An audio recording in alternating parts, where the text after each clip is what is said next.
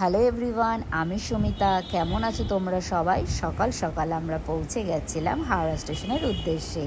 সেখানে আমাদের ট্রেন ছিল তাম্রলিপ্ত এক্সপ্রেস সকাল 6:45-এ, যেটা হাওড়ার থেকে ছেড়েছিল।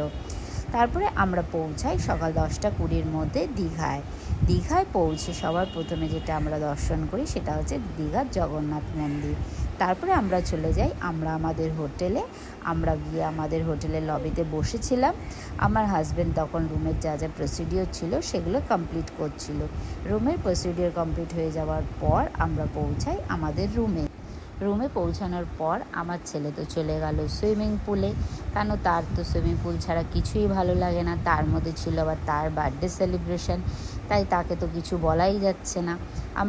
আমরা রুমে গিয়ে আমাদের রুমে যা যা আছে সেগুলো ভালো করে দেখে দিলাম, কী কী আছে কী কী নেই। তারপরে আমরাও চলে গেলাম সুইমিং পুলে গিয়ে কিছুক্ষণ টাইম স্পেন্ড করার পর নিয়ে নিলাম একটা আমার জন্য মকটেল, একটা আমার ছেলের জন্য।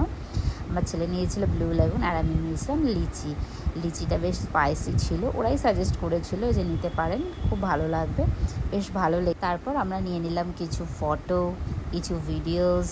আমি আর আমার হাজব্যান্ড কিছু ভিডিওস বানালাম। বেশ ভালোই লাগছিলো, সেই দিনটা খুব আনন্দের সাথেই কাটছিল। তারপরে রুমে গিয়ে আমরা চলে গেলাম লাঞ্চ করতে। লাঞ্চের অর্ডার করে আমরা কিছুক্ষণ বসেছিলাম, কেন লাঞ্চের সার্ভিসটা একটু স্লো ছিল। তো এরই মাঝখানে আমরা একটু মজাও করছিলাম। তারপরে চলে এলো ফাইনালি আমাদের খাবারের সার্ভিসটা একটু স্লো হলেও খাবারগুলো খুব ইয়াম্মি ছিল। তো লাঞ্চটা সেদিন বেশ ভালোই হলো। তারপর রুমে গিয়ে কিছুক্ষণ রেস্ট করার পর বিকালবেলা রেডি হয়ে আমরা গেলাম বিচে। আমরা জেনারেলি দীঘা গেলে ওল্ড দীঘায় নয়, নিউ দীঘাটাই বেশি প্রেফার করি, কারণ নিউ দীঘার বিচটা বেশ সুন্দর।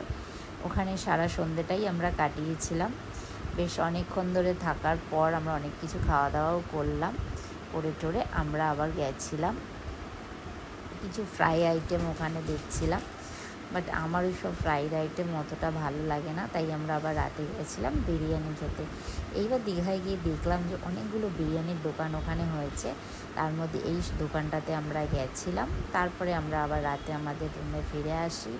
এটা হচ্ছে আমাদের হোটেল, যে হোটেলে আমরা দীঘায় গিয়ে এবার ছিলাম। সকাল সকাল আমি আমার হাজব্যান্ড আবার একটু সকালে গেছিলাম বিচে ঘুরতে। বেশ অনেকক্ষণ ধরে ওখানে থাকার পর আমরা আবার গেলাম জগন্নাথ মন্দির দর্শন করতে।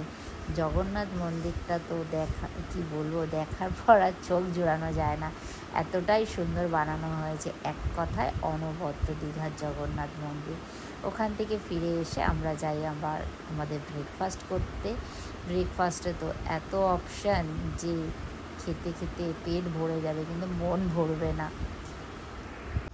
ব্রেকফাস্ট সেরেই আমার ছেলে আবার চলে গেল পুলে গিয়ে ব্যাস ও কিছু আঙ্কেল পেয়ে গেছিলো, যাদের সাথে ও খুব মজা করছিল। তারা সবাই মিলে ফুটবল খেলছিল, ওরও বেশ মজা লাগছিল। বিকালে ছিল ওর বার্থডে সেলিব্রেশন। এই সময় কিছু মানুষের সাথে আমাদের ওখানে আলাপ হয়, যাদেরকে আমরা রাতের বার্থডেতে ইনভাইট করেছিলাম। তারপরে রুমে এসে আবার সেই লাঞ্চ। আমার হাজব্যান্ড খুব ইচ্ছা ছিল যে এইবার গিয়ে কাঁকড়া খাবে, তো কিছু কাঁকড়া রেসিপি বানানো হয়েছিল। তারপর বিকালে ওর বার্থডে সেলিব্রেশন করা হয় পুলের পাশে। ব্যাস এইভাবে আমাদের দীঘা সেলিব্রেশন কমপ্লিট। তারপরে বাড়ি ফেরার পালা।